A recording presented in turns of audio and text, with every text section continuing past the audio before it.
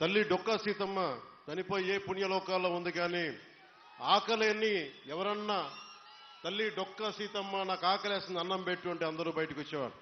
ఆవిడొచ్చి ఆకలున్న ప్రతి కడుపు నింపేది. అదే స్ఫూర్తితోటి కష్టంలో ఉన్న మన సగటు మనిషికి నిలబడాలి అన్న తపన తప్ప దాంట్లో పదవులు వస్తాయా అధికారం వస్తా నేనేం ఆశించలే.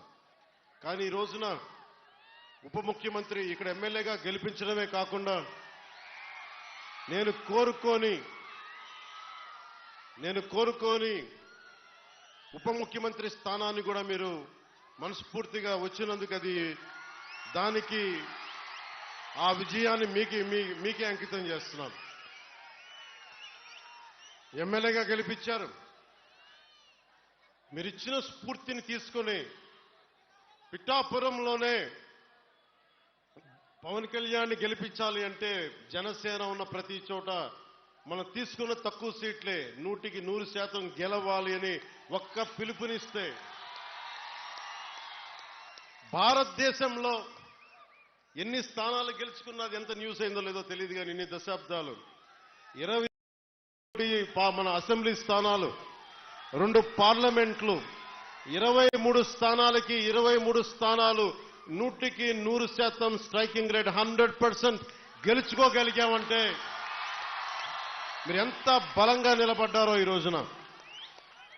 దేశం మొత్తం ఒక చరిత్ర అయింది. భారతదేశపు రాజకీయ చరిత్రలో ఇలాంటి అద్భుతమైన విజయం ఎవరు చూడలా. అది ఇచ్చినందుకు జన సైనికులకి, ముందుగా వీర మహిళలకి, కూటమి నేతలందరికీ, కూటమి కార్యకర్తలందరికీ, అసలు జనసేన అనేది ఎందుకు మాట్లాడారంటే ముందుగా భయంతో ఉండిపోయాం. 2019 నుంచి 2024 వరకు భయంతో ఉండిపోయింది నేల. 5 కోట్ల మంది ప్రజలు కొద్ది మంది చేతిలో భయపడతారా? ఐపీఎస్లు, ఐఏఎస్లు, అధికార యంత్రాంగం భయపడిపోయే పరిస్థితుల్లో నేను బయటకు వచ్చి నిలబడితే అన్నా మీతో పాటు మేము ఉన్నామని మా తల్లులు, మా అక్క చెల్లెలు, మా ఆడపడుచులు, మా వీర మహిళలు రౌడీలకు ఎదురొచ్చారు. కేసులు పెట్టించుకున్నారు. అటెంప్ట్ మర్డర్ కేసులు కూడా పెట్టేశారు. ఇక జన సైనికులు మబ్బుల్లో పరిగెత్తే పిడుగులు లాంటి జన సైనికుల గురించి చెప్పక్కర్లా. మీరు ధైర్యం ఇస్తే కొత్త తరమే ఇంత పోటీ చేస్తున్నప్పుడు అనుభవం ఉన్న మన తరం ఎంత పోటీ చేయాలని తెలుగుదేశం నాయకులు బయటకు వచ్చారు.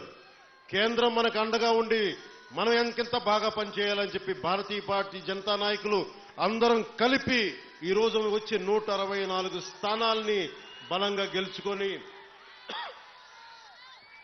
ఒకటే అన్నారు కదా మనల్ని, నువ్వు అసెంబ్లీలోకి ఎలా అడుగు పెడతావో మేము చూస్తాం.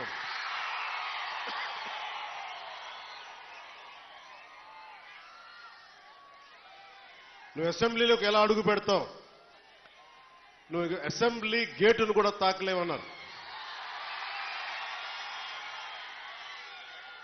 నేను ఎంత సీరియస్గా తీసుకున్నా నాకు తెలియదు, నేను విన్నా వదిలేశా.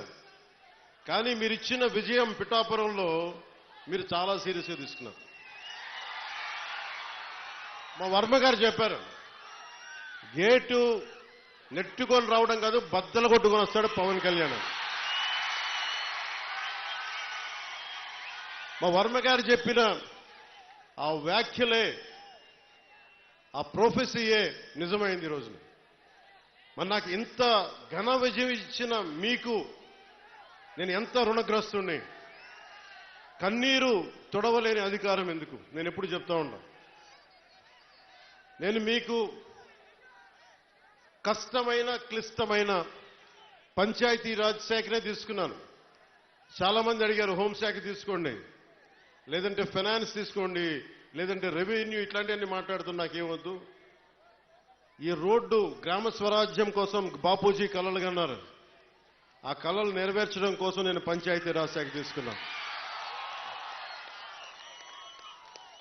నేను ఒకటే చెప్పాను అధికార యంత్రాంగానికి అందరికీ మొట్టమొదటి మీటింగ్లో, నాకు లంచాలు అవసరం లేదు, మిమ్మల్ని ఎవరిని డబ్బులు అడగను. నేను ఈ కాంట్రాక్ట్ ఎవరికి ఇస్తున్నారని అడగను. కానీ నేను అడిగేదల్లా ఇచ్చిన కాంట్రాక్టర్ సవ్యంగా పనిచేస్తాడా లేదా అదొకటి అడుగుతున్నాను. అలాగే ముందస్తుగా చెప్పిన మీటింగ్లో, రివ్యూ మీటింగ్లో ఒకటే అడిగా.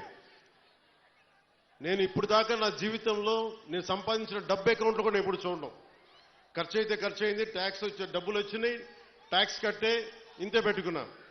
కానీ ప్రజల డబ్బు వచ్చేటప్పటికి, మీ డబ్బు అనేటప్పటికీ ఎంత ఒళ్ళు ఉంచి పనిచేశానంటే, ఎంత ఒళ్ళు ఉంచి పనిచేస్తున్నాను. ప్రతి రూపాయికి లెక్క అడుగుతున్నా, ప్రతి రూపాయికి. మీ కష్టం అది, మీ స్వార్జితం. తాజ్మహల్ కట్టి నిర్మాణానికి రాళ్ళెత్తిన కూలీలు ఎవరంటారు? ఈ దేశ ప్రగతికి కండలు కరిగించింది ఎవరు? ఈ దేశ ప్రగతికి రక్త మాంసాలని ధారబోసింది ఎవరు? అది ప్రజలు, అది మీరు.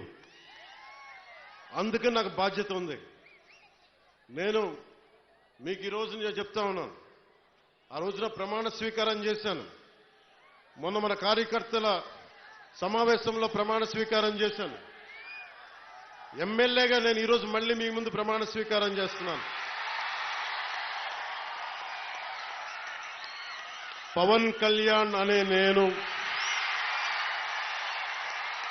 భారత రాజ్యాంగానికి కట్టుబడి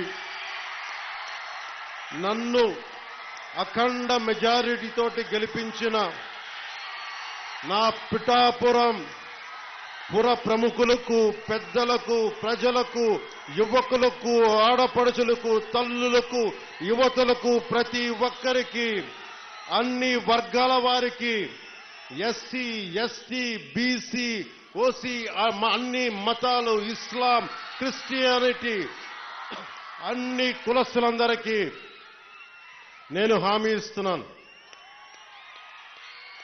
మానవత్వాన్నే కాపాడుతాను, మీ అభ్యున్నతికే కష్టపడతాను. నేను లంచాలు తీసుకోను, నాకు అలాంటి అవసరం లేదు. మీ అభ్యున్నతికే నేను కష్టపడతాను.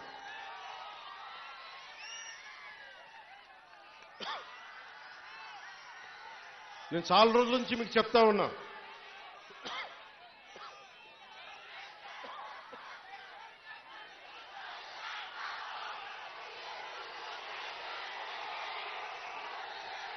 వైసీపీ గత ప్రభుత్వ నాయకులు చెప్పారు, పవన్ కళ్యాణ్ ఆంధ్రాలో ఉండడు, హైదరాబాద్లో ఉంటాడు, పిఠాపురంకి వస్తే పిఠాపురం వాస్తవ్యుడు కాదు, ఇక్కడ ఉండడు. నేను ఈ రోజున పిఠాపురం వాస్తవ్యుడిగా, సంపూర్ణ వాస్తవ్యుడిగా మారాను. ఎలా ఇందాకే ఒక రిజిస్ట్రేషన్ పేపర్ సంతకం పెట్టి ఒక 3 ఎకరాలు కొని ఇప్పుడే సంతకాలు పెట్టి వచ్చాను, రిజిస్ట్రేషన్ చేసి వచ్చాను. ఆ మాట చెప్పడానికి లేట్ అయింది రావడానికి. నాకు ఒక్కటే, నేను మీకు అండగా ఉండే వ్యక్తిని. నేను మీరు చూడండి, మీరు నాకు గుప్పిడంత గుండె బలం ఇస్తే నాకు, నేను హిమాలయ పర్వతాలనంత బలంతో, తేజస్సుతోటి మన కూటమికే అండగా, విజయానికే మేమందరం అండగా పనిచేస్తాం. మీరు ఇచ్చిన స్ఫూర్తి. మీరు యువత ప్రతిసారి నలిగిపోతా ఉన్నారు. మన వెళ్తా అన్నా మాకు ఉద్యోగాలు లేవు, ఐటీ పరిశ్రమలు తీసుకురా అన్నా, మాకు పరిశ్రమలు తీసుకురా. ఇందాకెళ్తే దారి పొడవునా మాకు నీళ్లు రావట్లేదు. పక్కనే కేంద్రం మనకి గ్రాండ్ పథకంతో వచ్చే నీటి పథకాలు ఉన్నా, కానీ పక్కనే 50 అడుగులు కూడా లేని పక్కనే ఉన్న గ్రామానికి నీళ్లు రావట్లా. వీటి వెనక కావాల్సింది అధికార యంత్రాంగాన్ని కొంచెం ప్రేమగా మాట్లాడి, బాధ్యతగా మాట్లాడి, గౌరవంగా మాట్లాడే పనిచేసే నాయకత్వం కావాలి. నేను అధికారులకి, మన నాయకులందరికీ ఒకటి చెప్పాను, నేను ప్రభుత్వ ఉద్యోగి కొడుకుని, ప్రభుత్వ ఉద్యోగులకి మేము గౌరవిస్తాం. నాయకులందరికీ చెప్పాను, మీరు ఎమ్మెల్యేలుగా గెలిచి అధికార యంత్రాంగం మీద జులుం ప్రదర్శిస్తే మటుకు క్రమశిక్షణ చర్యలు ఉంటాయి. అధికారులకి చాలా చాలా గౌరవం ఇవ్వండి. ఒకవేళ తప్పేదైనా ఉంటే అది మాట్లాడే విధానం వేరే ఉంటుంది. కానీ మీరు గత ప్రభుత్వం నాయకుల్లాగా దౌర్జన్యపూరితంగా బెదిరిస్తే పార్టీ పరంగా క్రమశిక్షణ చర్యలు ఉంటాయని చాలా రివ్యూ మీటింగ్లో చాలాసార్లు చెప్పాను నేను. ఎందుకంటే నోరు మంచిదైతే ఊరు మంచిది అవుతుంటారు. నేను ఒక అధికారి దగ్గరికి వెళ్ళి మీకు నీటికి రావాలి అంటే చొక్కా పట్టుకునో బూతులు తిడితే ఎవరు మాట్లాడతారు? మాట్లాడాలి. వాళ్ళ కష్టం కూడా అర్థం చేసుకోవాలి. వారి కష్టాలను కూడా అర్థం చేసుకునే మాట్లాడాను. అందుకని నేను ప్రప్రథమంగా మీకు ఇచ్చిన హామీలు తాగునీరు, సాగునీరు, విద్య,